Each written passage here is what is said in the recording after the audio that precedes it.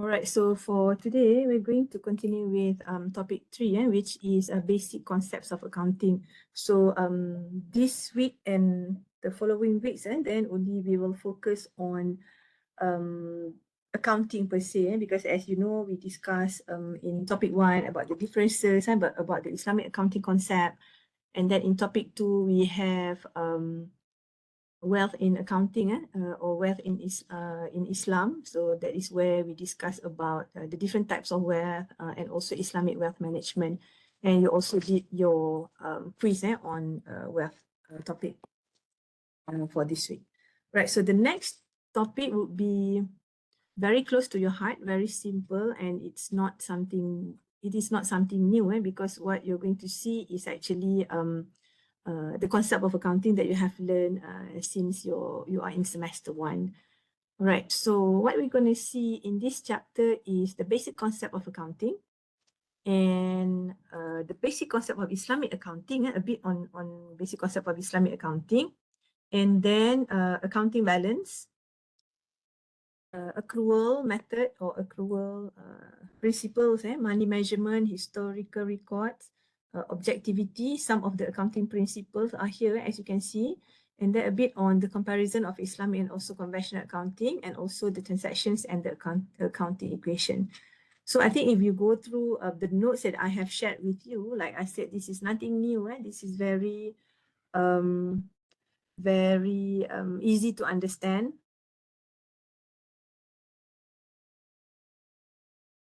All right, so first of all is, of course, the basic concept of accounting. Okay, so definition of accounting, this is the conventional and also the normal, you can say the normal definition that you have came across earlier. So accounting is a process of identifying, measuring, recording, and also communicating financial information to stakeholders for decision-making purposes, right? The difference between this in Islamic accounting is where we talk about the Sharia compliance issues. So for this accounting, it actually serves the language of business, providing insights into the financial health and also performance of an organization. So the purpose of accounting enables stakeholders, including investor, creditors, management, and also the regulatory authorities to assess the financial and the performance of the company. So basically, this is just a revision for you, because I think you can write the definition by heart, the definition and also the purpose of accounting. Okay, nothing new here. And then the key users of financial information, also same thing. We look at the investors and also the shareholders, whereby they are interested to see the performance and the profitability of the company, in order for them to make their decision whether to invest or not to invest.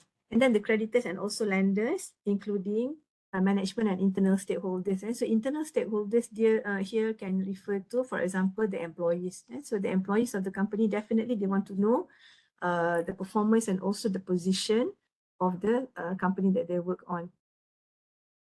And of course, the regulatory authorities and government agencies. So government agencies such as the SSM, the Suruhanjaya Syarikat Malaysia. Okay, we can see SSM, we have SC that govern the investment side of a company. And then we have BNM, Bank Negara Malaysia, and of course other regulatory authorities. All right, so the basic accounting concepts and principles, where the most important part or the most important concept is separate entity concept. So ini pun sama juga lah, like I said, this is nothing new, it's just a revision for you. So entity concept, separate entity, the business is separate from its owner or stakeholders. So we have to ensure that the business transactions are recorded and reported independently of personal transactions of the owner. Alright, so samalah kalau ada withdrawal apa semua, right? So this is the separate entity concept. Matching principle. Alright, so again, we're talking about matching of expenses with revenue in which they are incurred regardless when the cash is exchanged. Memang this is a revision, but you have to make sure that you will be able to explain when saya bila tanya the question asked what is matching principle. So you should be able to explain the definition of this matching principle. And then the historical cost concept. Alright, ini semua pun memang kita pakai until now. The historical cost concept, assets should be recorded at their original acquisition cost to ensure objectivity. So for example, a piece of machinery purchased for 10,000 ringgit will be recorded at its historical cost of 10,000 ringgit, regardless of its current market value. Alright, so the difference between when I discuss a bit with you about zakat, for example, zakat dia lain sikit. The calculation of zakat is actually based on the market value, because remember kalau ada, I think I explained a bit on zakat on gold kan. Kita tengok 85 gram of gold. Harga gold tu ialah harga today. Dia bukan harga masa kita beli. Masa kita nak bayar zakat ialah harga gold tu sekarang. That is the difference between historical concept. Untuk zakat dia tak pakai historical cost, dia pakai market value. Alright, and the accrual basis accounting. So of course this is accrual basis whereby it recognizes revenue and expenses when they are earned or incurred, regardless when cash is received or paid. Okay, so for example, revenue from services in one accounting period is recognized even if payment is received in the following period. Okay. Going concern. Alright, again, I just pick up some of the basic concept. Saya tak letak semua dekat dalam ni. Right, so the going concern concept, we assume that a business will continue to operate indefinitely unless there is evidence to the contrary. Okay. And then it also allows for the preparation of financial statement under the assumption that the business will not be liquidated in the near future. I'm not sure in which subject atau which chapter you belajar about kalau ada winding up of business, kita ada the financial statement is prepared in the liquidation format. Dia format yang biasa kita tengok tu, financial statement, income statement semua tu, itu ialah format yang biasa under the assumption of going concern. Kalau ada issue of going concern, dia akan prepare financial statement tu based on dia punya liquidation assumption. Maknanya business tu, this is the last time. Next year dah tak ada. Alright. A bit on IFRS or IFRS. So here we are going to look at the accounting standard body that is actually responsible for the accounting standards and for the sets of accounting standards. So I think everybody is very familiar with IFRS and also IASB. So a bit on IFRS, they are actually a set of accounting standards. Alright, so tapi kita tak tengok terlalu detail lah for these accounting standards here. But you must recall that whenever we talk about accounting standards, even in this Islamic accounting subject, we are actually talking about the IFRS and the IFRS, the set of accounting standard developed by IASB, so that we have a common framework for financial reporting.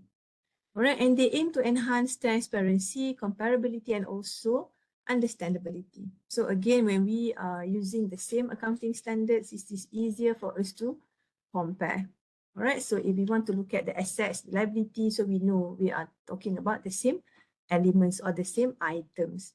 And of course, to ensure transparency and also understandability. So everybody understand what is asset. Everybody understand. You can see the revenue in income statement.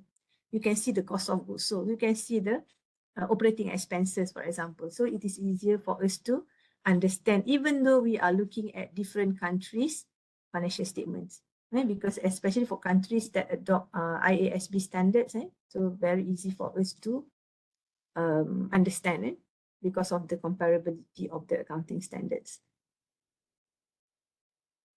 All right, so a bit on the differences between IFRS and also GAAP. So GAAP kita tak pakai lah, so this is normally for US and Japan pakai GAAP. So these are the two primary sets of accounting standards used worldwide. Okay, so kita guna IFRS lah. Malaysia kita adopt IFRS in its entirety. Kita follow je. Because some of the kita kata the definition and also the practice is a bit different. For example, on the inventory valuation method. So kita tahu di Malaysia kita pakai IFRS. So IFRS boleh pakai FIFO. LIFO ni tak ada pakai lah. Kita pakai first in first out. Kalau under GAAP dia pakai LIFO untuk inventory valuation method dia. This is just the example. Kita tak adalah nak tengok the differences between GAAP dengan IFRS. Just to make sure that you recall there are two sets of accounting standards that is used worldwide. So the key principles of IFRS Alright, of course, we are talking about fair presentation and also compliance. So here, tak payah tengok jauh, look at Malaysian company saja. Kita follow IFRS and also MASB. So the financial statement must present fairly, the financial position. So here we're talking about our statement of financial position and then the performance. Here kita tengok statement of profit or loss and also statement of cash flow. Alright, so nak tengok to present fairly the position ataupun the financial performance of the company. So again lah, because ini semua you dah belajar dah, the faithful representation, statement should be free from material misstatement and reflect the economic substance of transactions. And also compliance with IFRS will ensure that financial statements are prepared in accordance with the requirements of IFRS and also interpretations. So if we follow IFRS, if we follow MASB kan, so in our financial statement, first of all kita akan ada kalau tengok format annual reports lah, kita just go straight to the financial statement. Of course, kita akan ada statement of profit or loss. Kita ada statement of financial position. Kita ada statement of comprehensive income and kita ada statement of cash flow. So on top of that, kita akan ada notes, notes to the account. Notes is also form a part of financial statement. So these are the financial statement that we are talking about. Ada 5 elemen dekat sini. Ini kena ingatlah sampai bila-bila. As an accounting student, ini memang kena ada dalam kepala je. So whenever or whatever type of company's financial statements that you are referring to, definitely you akan nampak semua ni. Just that sometimes smaller companies, dia tak ada profit or loss, dia combine. Sometimes this one can be combined dengan comprehensive income dia. Sometimes dia letak satu-satu. So by right, they should have 5 different sets of statements to represent the overview or the overall picture of the company's performance. Materiality, okay, you pun dah belajar audit, you dah belajar pasal materiality. The significance or the importance of item or event in influencing the decisions of users of financial statement. So for example, ada decision katakan at the end of the year, this one particular company kena saman 1 million. So we have to decide whether that information is material or not to be included in the financial statement. Normally benda yang belum jadi ataupun kita kata the post balance sheet event, dia berlaku selepas kita tutup account, we have the post balance sheet event, kita akan mention dalam notes to the account. Kita ada post balance sheet event, kita ada event yang material, kita ada contingencies, ada satu notes under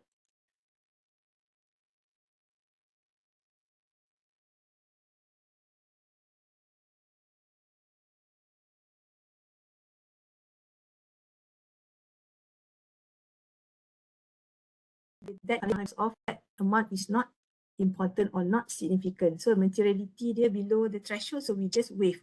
Kalau macam tu, kalau tinggi, then kita tengoklah apa yang kita boleh buat with that information. So materiality refers to the importance or significance of an item. So in Islamic accounting pun we practice the same thing, including again, if we talk about materiality, we are also looking at the relevant and also significant information to users to understand the entity's financial performance and also position. So for example, again, tadi saya bagi contoh, kita ada contingent liabilities. Contingent liabilities ataupun capital commitment. And these are normally done after the balance sheet date. After the balance sheet, account dah tutup ni, account dah tutup, tiba-tiba that company kena saman. Dia tengok nak bagi tahu tak dalam annual report, because you know bila account tutup, let's say tutup on the 31st December, dia ada 3 bulan sebelum dia publish kan. Anything that is happening in that 3 or 6 months time tu, they have to incorporate dalam financial reports tu, including capital commitment. Account dah tutup, lepas tu dia pergi ataupun dia ada commitment nak beli machinery yang mahal, 500,000 for example. So above the materiality, that would be the capital commitment. Dah masuk, dah enter into agreement to purchase certain asset. Baru sign asset belum beli, tapi dah sign untuk beli. That would be a capital commitment and must be included in the financial statement. Because that is material and the amount is material. Tapi kalau ada setakat sign nak beli benda RM300, maybe it's not material for the company, so dia tak perlu disclose. So here we are talking about anything that is significant. Objectivity, of course, we are talking about the quality, mesti tak bias, mesti no prejudice, free from bias, free from prejudice or personal opinion. So the financial statement must reflect the economic reality of a company's transactions and event without any undue influence or manipulation. Nah, ini jangan kata financial statement you do, mesti ada this fundamental principle to ensure the reliability of financial reporting.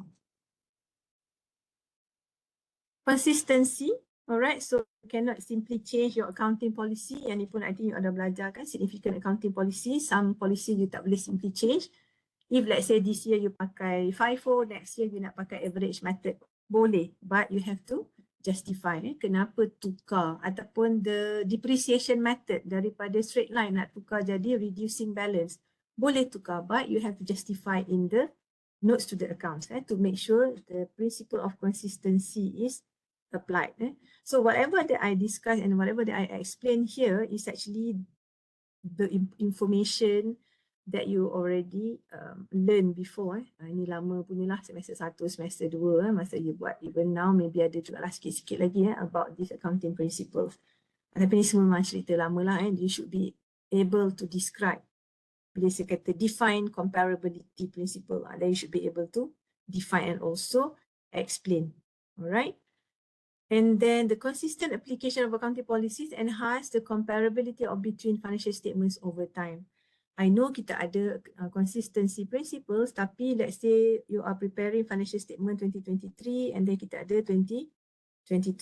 Sometimes because of the changes you kena buat ataupun you kena ubah certain figures to make sure it is consistent and also comparable. And that is why bila you belajar FAR, you also have apa saya pun dah lupa dah because you have this I forgot the terms the changes whether the changes will be done prospectively or retrospectively. So kalau retrospectively ni maknanya belakang ni pun kita ubah juga. Kalau prospektif kita buat tahun ni dia akan pergi 2024 nanti dia akan pakai yang baru juga. Alright, the changes to it's either prospectively or retrospectively to make sure this consistency principle is applied because of the comparability ni. Kalau tak nanti when you compare kan, let's say depreciation tahun lepas pakai straight line, depreciation tahun ni pakai reducing balance. You cannot compare. So what you have to do is you have to justify and of course the comparability lah. The comparability, ability of users to compare financial information across different entities. Alright, if let's say you are talking about you nak compare financial statement of telco, you ada Celcom, you ada Maxis, you nak compare. Easier for you to compare. Sebab apa? They are using the same accounting standards, they are using the same format and we are talking about the same set of financial statement. Tak adalah pula Maxis tunjuk profit dia guna profit or loss account. Tapi Celcom tunjuk profit dia guna another statement. So very hard for us as a user to understand because we cannot compare. Because comparability ni nak make sure that kita as users we are able to compare the financial information. To identify similarities, okay, profit dia berapa, current ratio dia berapa, you want to compare kan. Let's say you kira current ratio, current ratio orang ni to katakan current ratio orang ni 4:2 contoh. So you can compare because we are talking about the same items or the same thing. So this is about IFRS, it promotes comparability. Sebab tu kita ada common set of accounting standards. Ini pun ikutkan politik jugalah because they want to make sure that everybody adopt. Dia nak benda tu jadi standardized to make sure that easier for us to disclose and also to make sure the consistency. And of course, bila kita senang nak compare, it will facilitate our investment decision. Whether you want to buy shares of Celcom or you want to buy shares from Maxis, contohnya. Because of the same information, easier for us to do the financial analysis and also the benchmarking activities, contribute to market efficiency and also investors' confidence. Alright, it looks easy sebab benda ni semua you dah pernah belajar, but I really hope that when I give you questions, especially on the IFRS ni, and this the principles, patutnya hujung jari je lah So materiality tu apa, objectivity, consistency and also comparability. And again, of course, we're talking about yang awal tadi lah, the historical cost concept, the accrual concept, the going concern concept. So it is very important to understand the key principles of IFRS to prepare financial statements to meet global standards and also to facilitate international business transactions. Because here we're not talking about financial statement dalam Malaysia je kan. So kalau dia ada branch overseas, of course dia nak compare the performance of the overseas branch dengan the performance of Malaysian branch. Easier to compare sebab apa? Financial statement menggunakan format yang sama. Alright. So the basic concept of Islamic accounting tadi whatever that I've discussed for the past 20 minutes or so is actually on the conventional set of accounting standards, conventional accounting principles, and so on. So let's look at the basic concept of Islamic accounting. Again, we are talking about is grounded in Sharia principles. So you can refer to chapter 1 and also chapter 2, whereby we discuss about wealth in Islam. We discuss the Sharia compliance issues. Kita kata kita nak avoid riba, gharar, and also maisir.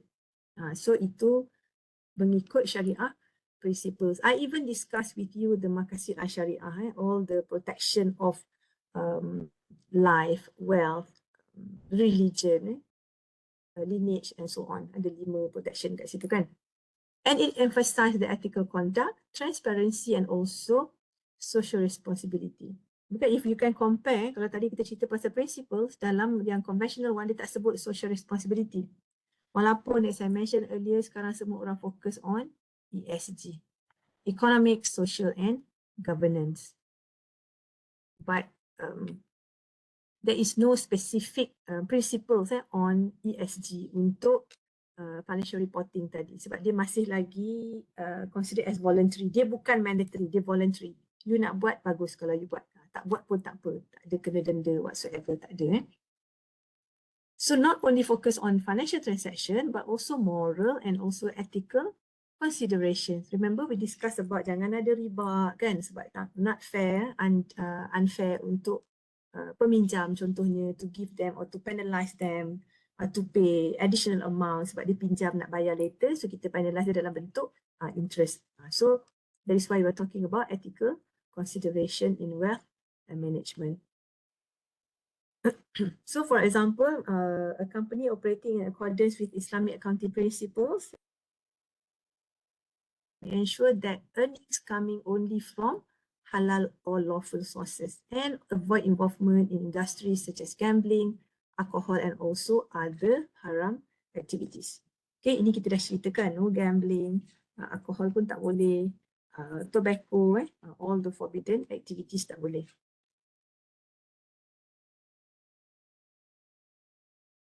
Alright, so on top of this principle about the Sharia principles ataupun ethical conduct ni, Islamic accounting also follows yang tadi kita cerita tu, the transparency, materiality, semua tu dia follow juga. Alright, and accounting balance, again same thing, we're talking about the same accounting equation, asset equals liability plus equity.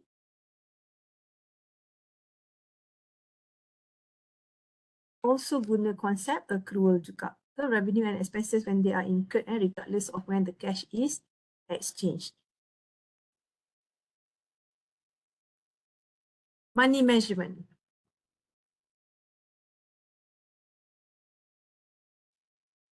Alright, this is actually the additional information on top of the historical cost that we are talking about money measurement. Sama juga dengan kat sana tadi lah, kita only record transaction that can be expressed in monetary items are recorded in accounting. Boleh quantify, boleh bagi financial data. Right, but sometimes kita tak adalah nak record the reputation, it's just that kita ada goodwill kan, kita ada all these intangible assets lah. Kita ada goodwill, patent, copyright, semua tu. Historical report. Okay, it should be used or recorded based on the actual occurrence and not on future expectations. Right, ini sama juga lah dengan the conventional one tadi, because kita record based on historical cost to ensure reliability and also objectivity. Ini kalau purchase yang biasa, because just now I talk about zakat. Zakat tu dia lain sikit sebab dia guna market value. Kalau yang lain tu, the transaction, sales, purchase, apa semua record guna historical cost.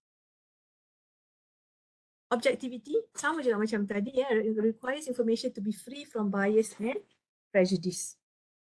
Okay, so when conducting an audit, for example, auditors must remain objective and impartial, regardless of any personal relationships or interest they may have with the company being audited. Matching principles, tadi pun kita dah discuss about matching principles. So under Islamic accounting, sama juga, revenue must match expenses in the period which they are incurred.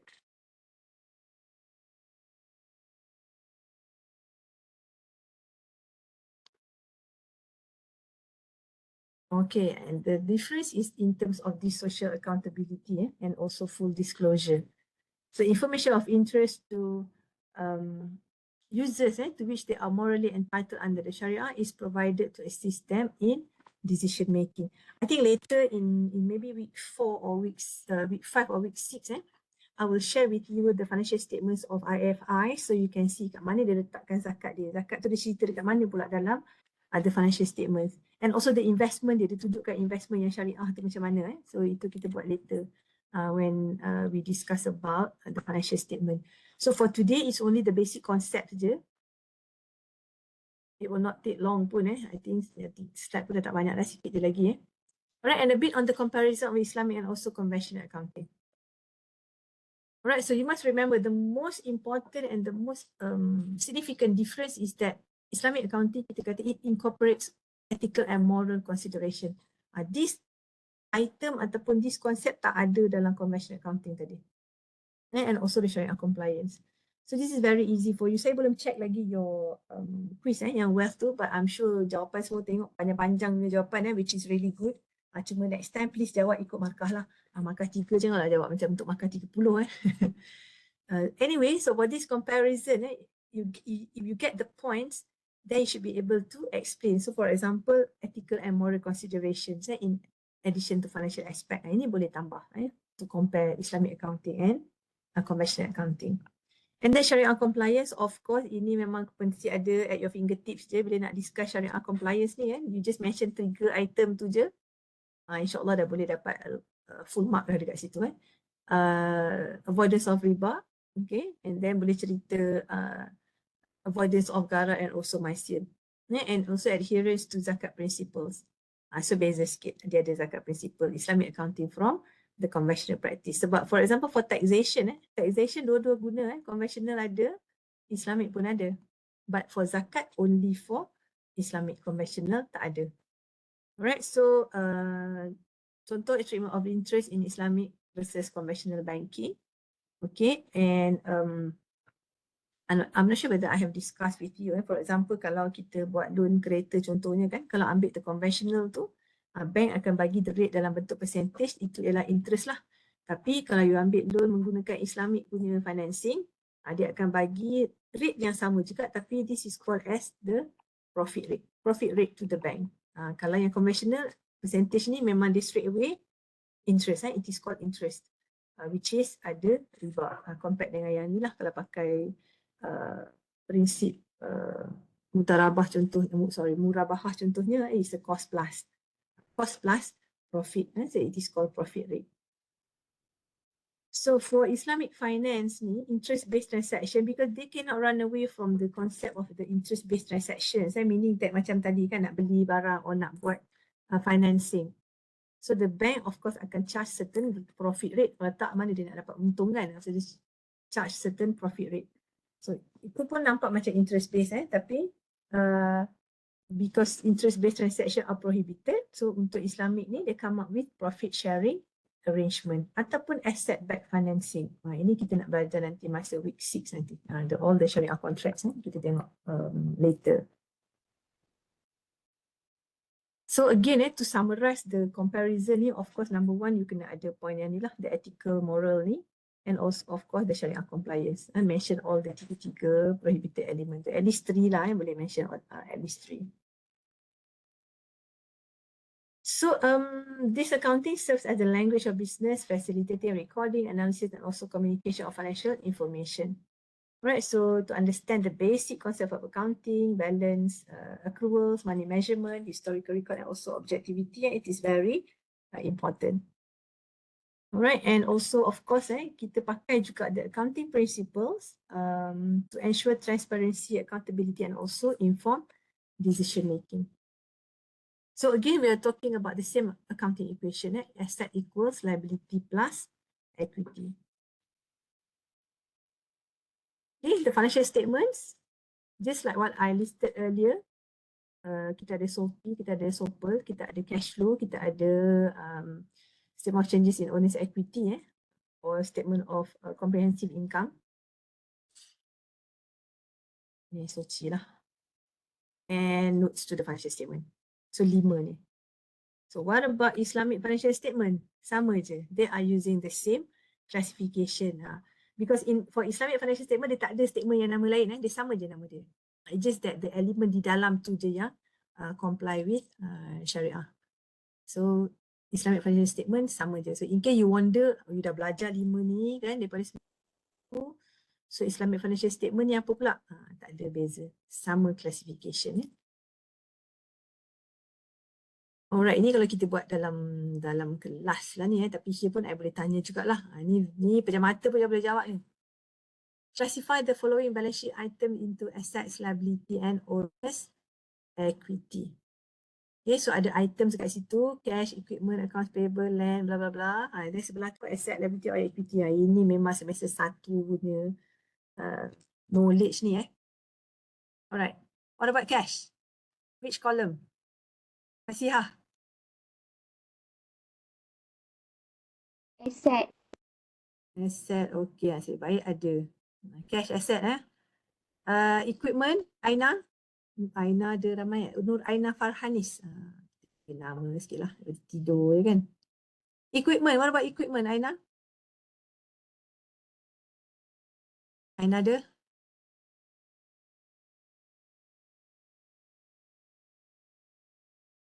Ada ke tak ni ke on laptop je?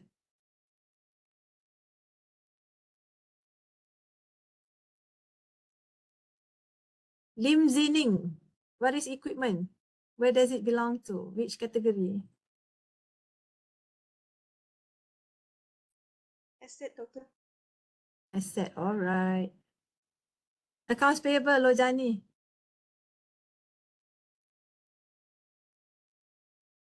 Liability, Doctor. Lojani, you there? Liability, Doctor. Okay. Alright. Haikal? Land?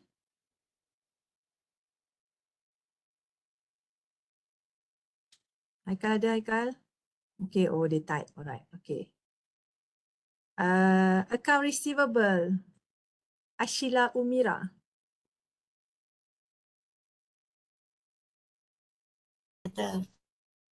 Apa? Tak dengar. Assets.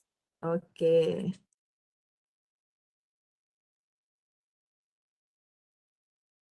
Common stock. Nur Haidah Nabila.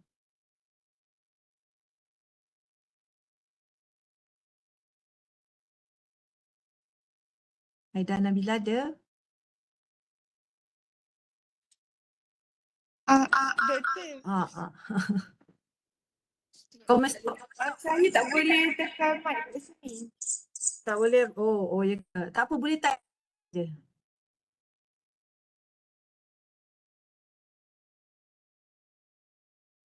Doktor, Mana kalau yang tak? sini Ah. okey ke?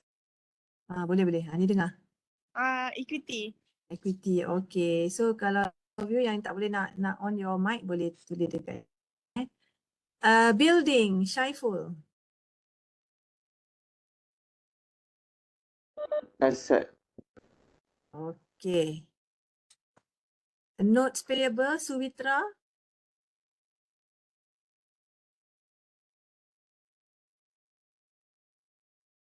Suwitra, are you there? Liability, Doctor. Okay. Guess tak nak tanya lah. And also retain earnings. Syafinas.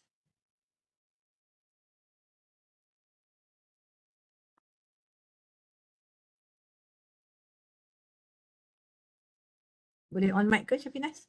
Nampak macam on tapi tak dengar. Equity. Equity, alright, okay. So this is among the important things that you need to understand, because when we talk about financial statements of conventional financial statement, the classification sama je dengan Islamic. Oh, ada lagi.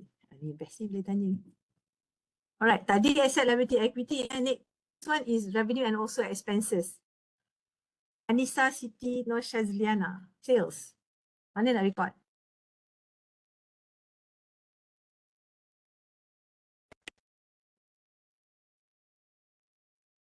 Revenue. Revenue. Betul? Semua setuju?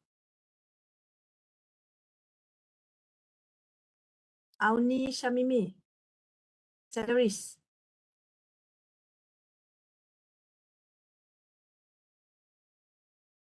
Auni Shamimi. Salaries. Where should we record salaries?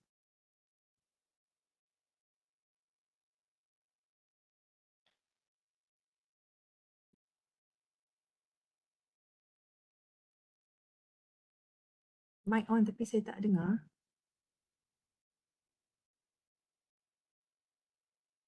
Tak tahu. Okay. Rain? Chi Yen Fong?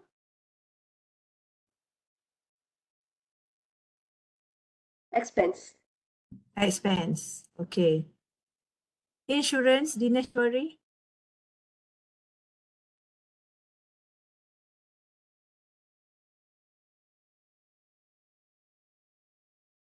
Dinesh Shori, di mana anda?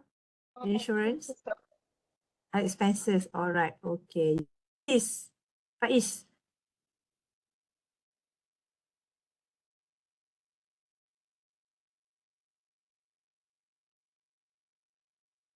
Faiz ada Faiz?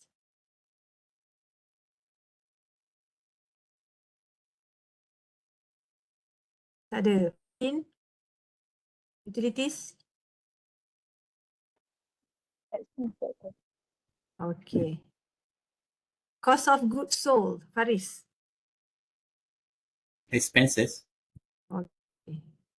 Service revenue ni tak payah tanya lah sebab dia perkataan revenue kan. Of course it will go to revenue. Next, IUT depreciation.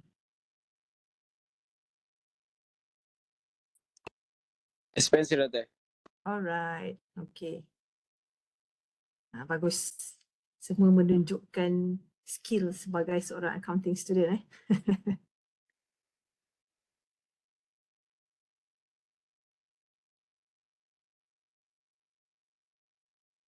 Alright, so untuk yang ni, I think nanti later kita boleh discuss the evolving field of Islamic finance. Because again, like I mentioned in our very first class hari tu, this subject is about Islamic accounting. We are looking at the financial statements, especially the financial statement. We also incorporate the concept of Islamic finance. All the Islamic financial contracts semua kita masukkan juga dalam ni. Walaupun nama dia Islamic accounting, Islamic financial accounting, not only we are interested in the financial statements, but also the contracts involved before we can prepare the financial statements. Okay, so that's all for today for this topic. Saya tak rasa saya nak sambung untuk yang ethics. So dalam ethics tu dia agak panjang. So I think everybody dah tengok the memo untuk next week's class. So we are advised to have a hybrid class for next week. And class kita apparently is on Thursday and also Tuesday. So for Thursday definitely tak ada class lah sebab it's a public holiday. So happy Deepavali to those celebrating. Tapi untuk hari Selasa, I have prepared for you the tutorial question yang last week punya tu. Saya extend sampai 30 hari bulan. The tutorial question. Soalan ada dalam slide. Nanti kalau buka kat situ kan muskil pula mana soalan dia. Soalan is in the slide. The discussion question in your slide on topic where. So I hope everybody can prepare and also submit before 30th October. Sebelum pukul, I think I set at 11 PM. So when you come back the following week, hari Selasa, saya dekat belakang. So when you come back the following week too, we are going to have quiz on this topic. basic concept of accounting ni. Kita buat quiz every week lah. Kalau boleh saya suka je bagi quiz, senang, easy for me to evaluate your performance every week. And also please do not forget to start doing your assignments, both the individual and also the group assignments. Boleh discuss if you need to see me. And I think some of these weeks during the tutorial time tu, saya akan buat kelas face to face so that kita ada masa untuk consultation. So kita buat kelas untuk you all come and see me and discuss about your assignments later. Okay? So as promised, a very short class, 45 minutes je untuk hari ni. Lagipun online saya tak suka nak buat lama-lama sangat. So I will see you the following week. Jangan lupa submit your tutorial, and insyaAllah when you come back saya boleh return balik your second quiz tu, your wealth quiz tu. Okay, and make sure everybody join in guna my guru so that I can import the attendance later. Thank you. See you when I see you. Terima kasih, Doktor. Thank you, Alright. Thank you, Doktor. Thank you, Doktor. Thank you, Doktor. Holidays. Thank you, Doktor. Okay. Thank you, Doktor.